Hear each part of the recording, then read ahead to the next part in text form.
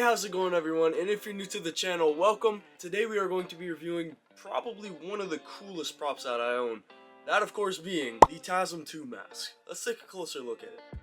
So I got the mask off of AliExpress for $177.65. It took about 2.5 weeks to show up at my house, and it came in this box here. To be honest, I was half expecting the mask to be completely destroyed. I was very happy when I opened the box. Everything seemed fine. It looked exactly like it did in the product images, which is something that you can't say for everything that you buy off AliExpress. So I was very happy that when I opened the box, it was exactly what I wanted. Now, if you go ahead and order one, it's not going to come with this mannequin stand that I put the mask on. I just grabbed that off of Amazon, just search up mannequin head, and then it should pop up there.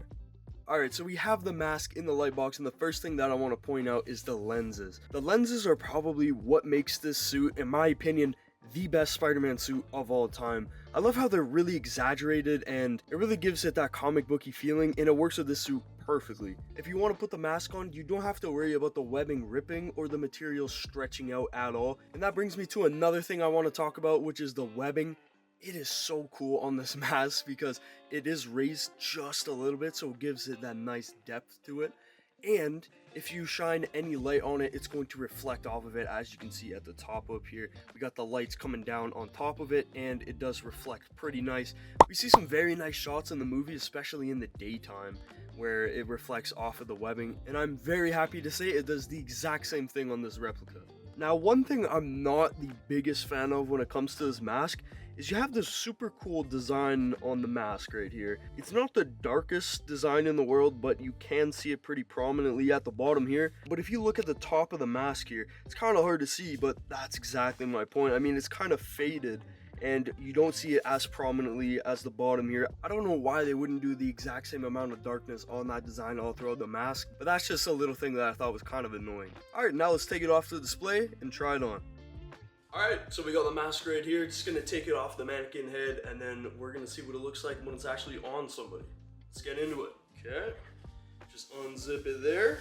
I know I said the material was pretty high quality, but I'm still not taking any chances ripping this thing off. I do not want to rip it.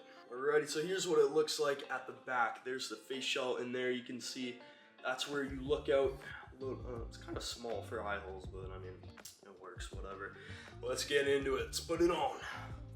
Do it. I got longer hair, so this is gonna be kind of difficult.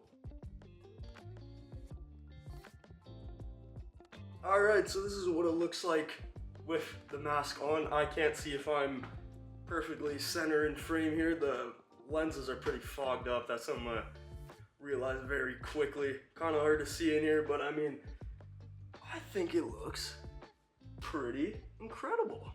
Amazing, if you will. Yeah, no, I love this red. Super vibrant, nice maroon. You could probably see the black lines kind of reflecting the light a little bit. Let's see if we can do that a little bit more. That looks pretty cool, if I do say so myself. So yeah, I gotta say, you don't even have to have it on for that long for the lenses to fog up. Not really sure how you would fix that, if you can at all. But if you're wearing this at like a Comic-Con, you're cosplaying in general, that's probably gonna be a problem. I mean, if you're walking in a crowd of people, you're probably gonna be bumping into a good amount of them. But I will say, it does fit pretty nice. It's actually pretty comfortable. My nose is kind of hitting the face shell a little bit, but it's not like the most uncomfortable thing in the world. I was kind of worried about the material on my skin. It might be a little bit itchy or uncomfortable, but I mean, for the most part, I mean, I haven't had it on for a very long time, but I don't think it's gonna be itchy if you have it on for a good while. Especially, like I said, if you're going to a Comic-Con or doing cosplay or whatever, you're gonna be having it on for a minute. I don't think that it's going to kind of irritate you at all. It doesn't feel too bad. One thing I will say is trying to zip it up when you got long hair at the back. A little bit of difficulty there. Kind of had to like shove it to the side. And even then, when I was trying to zip it, I think a good amount of my hairs were kind of ripped out in the process, but it is what it is, man. But yeah, overall, I mean, this mask is a lot of fun to put on. It looks super nice when you have it on a mannequin head to display it. And for the price, I mean, this thing is well worth it. All right, let's get this thing off. Definitely gets pretty hot in there. The lenses, I don't know if you can see it or not.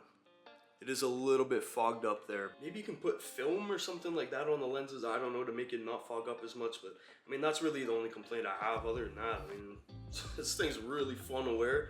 looks amazing, and yeah, I mean, again, for the price, this thing is definitely a steal. Alright, that is going to be the end of the video. I hope all of you guys enjoyed. If you did, make sure to leave a thumbs up, subscribe to the channel, share the video, and comment down below who your favorite Spider-Man is. I think we know which one is mine. I think it's pretty obvious, and I mean, to me, there's no debate. So that's going to be the end for this review. I hope to see you guys in the next one. Take care.